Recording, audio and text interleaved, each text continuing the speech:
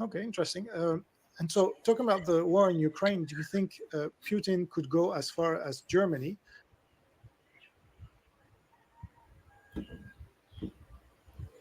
where he used to work in East Germany? The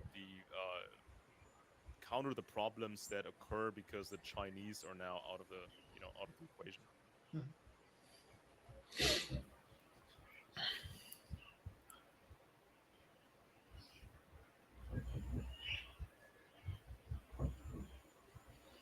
Okay, interesting. And so, talking about the war in Intéressant. Ukraine, do you think Alors, en parlant de la Putin guerre en could go Ukraine, as far pensez-vous as que Poutine Germany, pourrait where he used to avancer work jusqu'en in East Allemagne? Germany as Il a a KGB travaillé en officer, Allemagne de as you l'Est en tant reminded qu'officier du KGB, with the comme vous Stasi? l'avez rappelé, Oh, avec la absolutely. I Stasi. mean, I recently saw Absolument. J'ai a récemment vu graphic un that somebody graphique had put que together quelqu'un avait on publié sur X or X ou Twitter. Twitter. This was a map Il or s'agissait mini d'une map, maps of Germany, d'une and it carte ou de kept mini-carte de l'Allemagne. going from one map to the other, and it was Elle comparing comparait l'Allemagne de East l'Est et Germany and l'Allemagne de West l'Ouest. Germany. So all the military Toutes les bases bases of the EU militaires are in sont West en Germany. Allemagne de All the l'Ouest. major corporations Toutes les are in grandes West entreprises Germany. sont en Allemagne de l'Ouest. Most of the migrants La are in plupart West des Germany. migrants sont en Allemagne de l'Ouest. It's just like Bref, c'est presque comme deux it's pays almost like distincts. two separate countries still.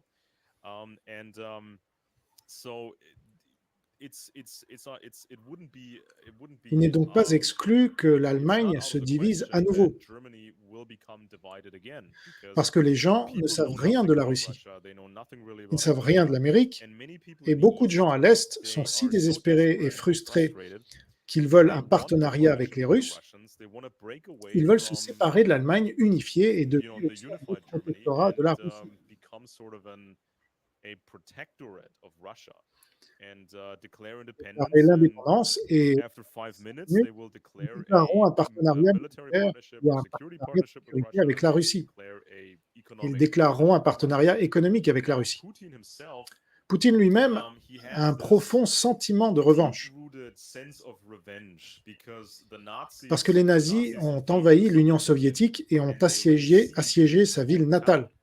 Now, Putin's brothers died, Les his frères de parents Poutine sont almost morts, ses died, parents ont failli and mourir, Putin had to grow up in et this Poutine, war étant city that was enfant, full a of dû rats grandir dans and une ville crime and détruite, misery, pleine de rats, de and crimes et de misère. was not pretty to grow up that Ce n'est way. pas And très so beau that's de why grandir Putin, ainsi. as a young kid, Et c'est pourquoi he Poutine, watched lorsqu'il était these jeune, programs a on regardé ces television programmes à la and télévision et movie dans les salles de theaters, cinéma, which was like an qui étaient advertisement faits comme des for publicités pour une carrière dans le This was a renseignement. show or a program Il called s'agissait d'une Shield émission ou d'un programme with the intitulé logo Bouclier of et the épée KGB. avec le And logo du so KGB. he dreamed Et about donc, il becoming a rêvait de KGB devenir un officer, officier du KGB, comme dans les films.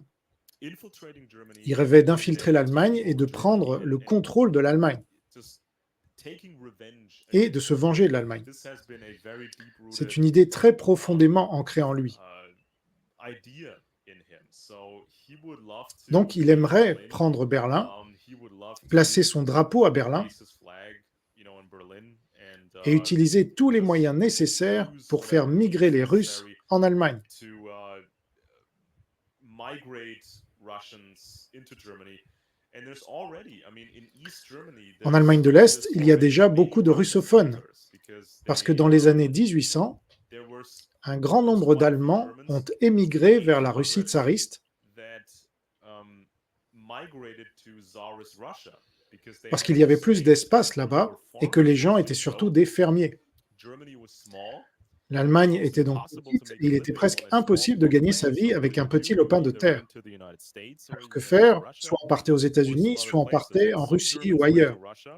Alors certains Allemands sont And allés that en didn't Russie, work out for them. mais They were cela n'a pas always marché viewed pour eux as car ils étaient suspicious, toujours considérés especially comme under suspects, communism. So surtout if you had sous le German communisme. contacts, German Si vous aviez des relatives, you contacts ou were des parents considered in the allemands, vous United étiez States considéré as comme un suspect. ennemi de So l'État et un these suspect. people were locked up for a long time. Donc ces And gens when ont the wall été came enfermés pendant down, then in longtemps, et 1991, lorsque le mur est tombé en 2 91, millions or maybe 2 millions ou more than that, peut-être plus de maybe ces Allemands these et Russes sont German rentrés chez eux. Russian people, they came back home. Now we don't know how Alors, nous ne many of savons pas those are exactement Russian combien d'entre eux agents sont des or agents ou des sympathizers, sympathisants russes, and could become a problem in mais the cela future. pourrait So devenir un problème à don't be l'avenir. surprised if Ne East soyez donc pas Germany surpris in the si dans un future avenir proche, will declare l'Allemagne its de l'Est independence déclare son and indépendance then the et que Russians les will Russes se move rapprochent de la France, further towards France because they can run parce through qu'ils peuvent Poland traverser la if they Pologne use s'ils utilisent des armes more plus advanced avancées, weapons, if they get soldiers s'ils obtiennent des soldats other d'autres pays, countries, and Et cela deviendra un plus gros problème pour la France, par la suite, bien sûr. That's for sure. So, Certain. we heard recently, Alors nous avons entendu récemment un discours anti-russe de Friedrich Merz, le leader de la CDU, qui est le parti d'Angela Merkel. Mhm. Est-ce que vous lui faites confiance s'il devait remplacer Olaf Scholz? Est-ce qu'il a une chance de le remplacer? Alors Merz est un anglophile. Il est très lié à l'Amérique. Il l'a toujours été.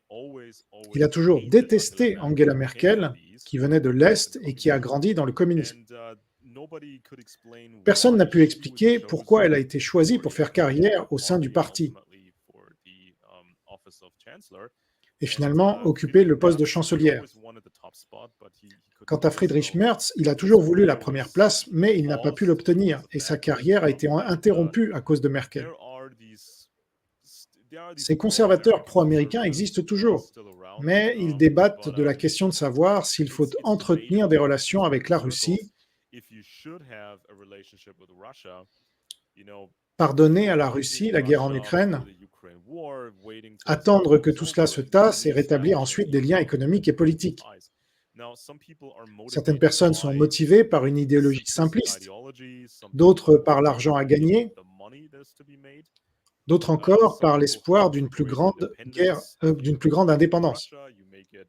En se rapprochant de la Russie, on peut gagner en indépendance par rapport à l'Amérique. Mais toutes ces idées sont gravement erronées et beaucoup de ces politiciens ne connaissent pas très bien la Russie et les empires. Parce qu'ils sont politiciens. Ils sont pour la plupart juristes de formation, certains sont économistes, d'autres sont simplement des bureaucrates. Ils ont appris l'administration bureaucratique parce qu'apparemment dans ce pays, si vous êtes un fonctionnaire de l'administration, ils pensent que vous êtes qualifié pour tout ce que vous allez faire. Ils pensent que vous êtes qualifié pour tout. Vous pouvez prendre la tête du ministère de l'Environnement, d'une agence de renseignement ou de n'importe quel autre département, peu importe. Ils vous considèrent comme compétent. Mais la plupart des hommes politiques d'ici ne savent pas grand-chose de ces grands sujets. Parce que, comme je l'ai dit, l'URSS a officiellement disparu en 91. Tout le monde a cessé de s'en préoccuper. Il y a donc un énorme décalage dans le temps et dans les connaissances. Ils font donc de très mauvais choix. Alors bien sûr, je dois mentionner l'administration de George Bush dans les années 2000. La ligne officielle de son administration était « Nous voulons de bonnes relations avec les Russes.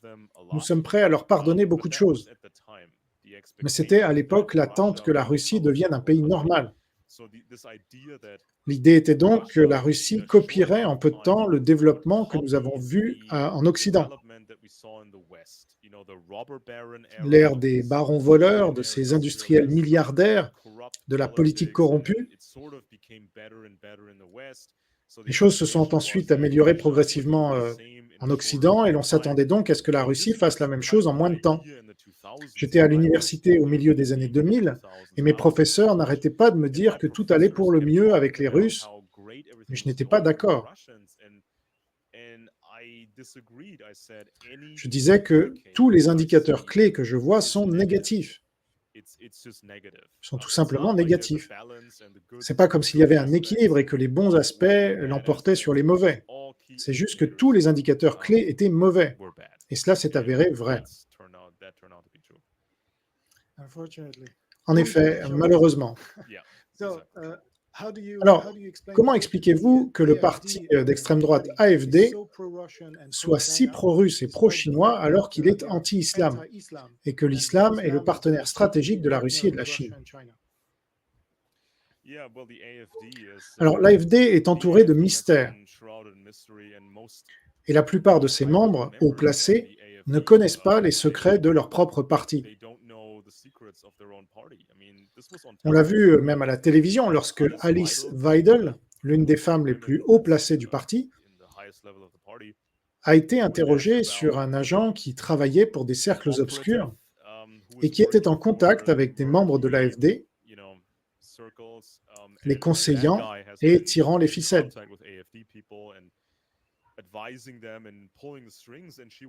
Interrogée sur cet homme, elle a répondu que tout le monde au sein du parti avait peur de lui. Malheureusement, elle ne connaît pas bien les détails. Elle désapprouvait donc cette situation, mais elle n'était pas au courant de ce qui se passait. Elle a probablement dit la vérité, mais honnêtement, elle n'en sait rien. Alors, il y a eu un afflux d'extrême droite, bien sûr, dans ce parti, et l'extrême droite a été influencée pendant très longtemps par la Russie. Pas seulement depuis 1991, mais cela s'est intensifié dans les années 90. Et cela s'est passé pendant la guerre froide, et c'est quelque chose dont beaucoup de gens ne se souviennent pas. L'extrême droite travaillait à contre-cœur avec les Américains dans une certaine mesure. Elle formait ses réseaux secrets pour l'OTAN, mais en fin de compte, les Soviétiques ont fait une offre à l'extrême droite. Cette offre était la suivante: nous, les Russes, sommes votre seule chance de retrouver un véritable empire. Vous pouvez travailler avec les Américains, mais vous savez comment cela va tourner. Ils ne vous donneront jamais le contrôle, aussi longtemps que vous vivrez. Alors pour vous, le choix est soit de ne plus jamais avoir d'empire, soit d'avoir peut-être la chance d'avoir à nouveau un empire. Et donc de travailler avec nous, les Russes. Et de nombreuses personnes ont en fait travaillé avec les Russes dans l'extrême droite. Cela dure donc depuis très longtemps, et ils ont également utilisé les médias conspirationnistes traditionnels en lien avec le révisionnisme nazi. C'est en quelque sorte le frère encore plus attardé des médias conspirationnistes traditionnels. En effet, le genre entier du révisionnisme nazi a été conçu pour répondre aux besoins de la Russie, mais aussi à ceux de l'extrême droite. Vous avez donc vu tous ces récits circuler, et nous le voyons aujourd'hui dans l'Occident en général, cette idée que cette conspiration juive dirige soi-disant l'Occident, qu'elle dirigeait la Russie pendant le communisme, mais que Vladimir Poutine a finalement libéré son peuple de cette occupation juive. Et maintenant, nous, à l'Ouest, nous avons besoin de l'aide de Poutine pour nous libérer nous-mêmes. Ces récits ont été tellement répétés pendant des décennies et des décennies qu'ils sont devenus le fondement de toute la vision du monde de l'extrême droite. Et il en va de même pour les nationaux-socialistes historiques. Ils fondaient toute leur vision sur l'histoire, toute leur science politique. Ils fondaient tout sur des livres de conspiration. Donc si ce genre de littérature est accessible, il est évident que des gens pensent en ces termes. Il est alors très facile de les faire collaborer avec les Russes. Et même de faire ces recrutements, le recrutement traditionnel des services de renseignement. Amener quelqu'un à signer un document, oui, je coopère volontairement avec les Russes, oui, je reçois de l'argent de leur part. C'est aussi quelque chose qui fait l'objet d'une enquête, bien sûr, lorsqu'il s'agit de l'AfD. Il y a eu récemment un scandale concernant l'un des candidats de haut rang de l'AfD qui aurait reçu de l'argent de la part des Russes, selon les médias tchèques. Et ce, sur la base de diverses agences de renseignement qui ont recueilli des informations. Nous ne savons donc pas encore exactement ce qu'il en est de cette affaire, mais aux États-Unis, en 2016, le chef des services de renseignement, James Clapper, a annoncé que les services de renseignement américains allaient s'intéresser à tous ces partis européens liés à la Russie et qu'ils allaient vraiment s'en prendre à eux. C'était en 2016 et nous sommes en 2024. Imaginez la quantité de matériel que les Américains et les Britanniques ont collecté contre les partis européens. Et ils disposent d'une tonne de matériel à l'heure actuelle sur le Rassemblement national. Oh, yeah. Oui, j'en connais certains qui n'ont pas encore été publiés et révélés dans la presse. Pour en revenir à la France, quelle est votre opinion sur Macron et la France en général dans ce que j'appelle la Troisième Guerre mondiale? Est-ce que vous voyez une Troisième Guerre mondiale et quel est le rôle de la France dans cette guerre? Traditionnellement, dans les différents conflits, la position semi-officielle et officieuse de la France était de rester en dehors des problèmes, de jouer un rôle de soutien au sein de l'OTAN, mais en fin de compte, d'essayer de rester en dehors de ce conflit. Ça va devenir difficile parce que cet argument pourrait échouer de manière spectaculaire. Si vous essayez de vous isoler en tant que nation, les Russes se rapprocheront de plus en plus et finiront par se rapprocher encore plus. Lorsqu'on étudie les empires depuis des milliers d'années, on constate que ces accords sont toujours conclus et qu'il est toujours possible de passer un contrat avec une autre nation. Mais comme le dit le vieil adage, et l'histoire européenne nous l'a appris depuis longtemps, si vous voulez la paix, préparez-vous à la guerre. Car si vous passez un contrat, il sera immédiatement rompu dans votre dos, parce que l'autre nation augmentera ses préparatifs en vue d'une nouvelle attaque. Et dans le passé, si les Français avaient coopéré avec les Britanniques et les Allemands, ils auraient pu former un bloc central européen très solide, que personne n'aurait pu vaincre.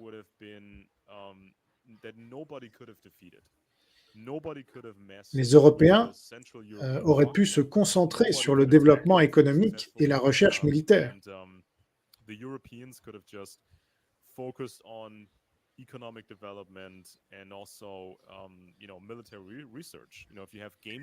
Si vous disposez de technologies qui changent la donne, vous pouvez vous protéger de façon encore plus efficace. Qui a besoin de plus d'espace? Les Russes n'ont pas besoin de plus d'espace. L'Allemagne est petite, mais nous n'avons pas besoin de plus d'espace. Ce dont nous avons besoin, c'est d'une économie, d'un système de contre-espionnage. Et les Français ont même plus d'espace que nous. C'est une décision importante que les Français doivent prendre. Et si vous faites le mauvais choix, il n'y aura plus de France. La France sera finie parce que Poutine n'a pas de sentiment de revanche contre la France, mais il est certain qu'il parle beaucoup de Napoléon. Cette humiliation historique et tout ce qui s'ensuit, lorsque Napoléon a fait entrer ses armées en Russie.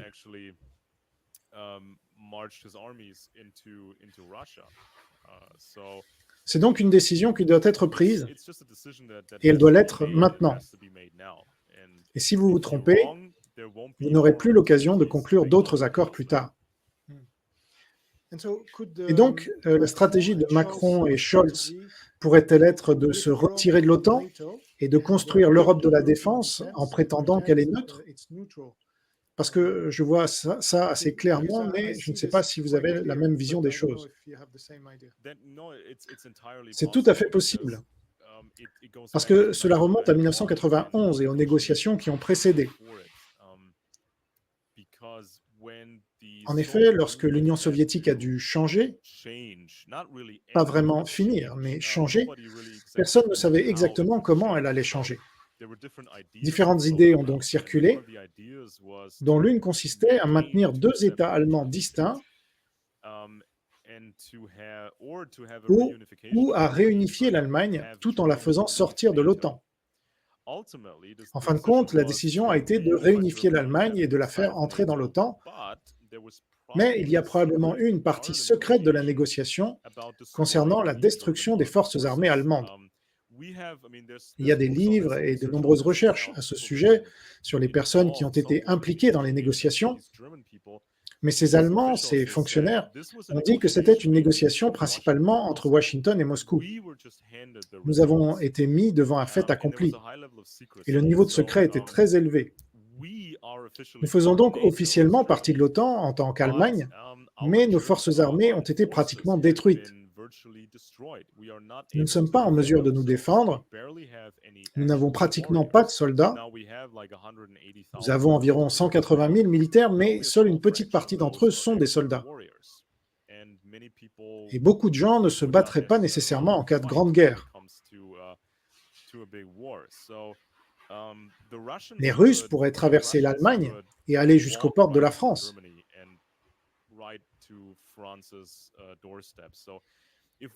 Si nous examinons ce chapitre du passé et essayons de comprendre ce qui se passe aujourd'hui, il est fort possible qu'un accord soit conclu pour que la France quitte l'OTAN ou suspende son adhésion dans une certaine mesure, et qu'il en aille de même pour l'Allemagne. Ils quittent l'OTAN ou suspendent leur adhésion en échange d'une absence d'attaque frontale de la part des Russes.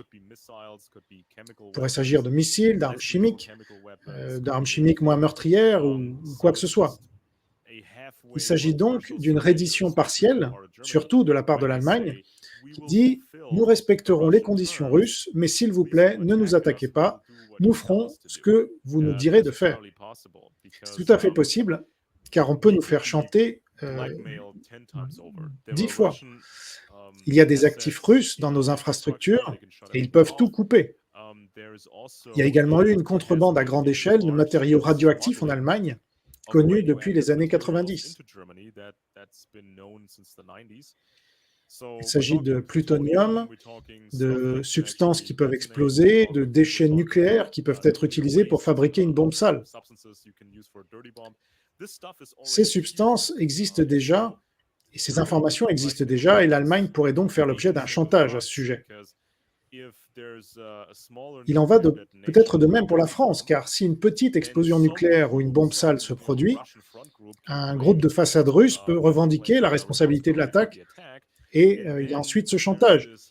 Si l'Allemagne envoie des troupes sur le flanc est de l'OTAN, une autre bombe pourrait exploser. Il y a donc de nombreuses façons de faire reculer l'Allemagne, et peut-être même de faire reculer la France.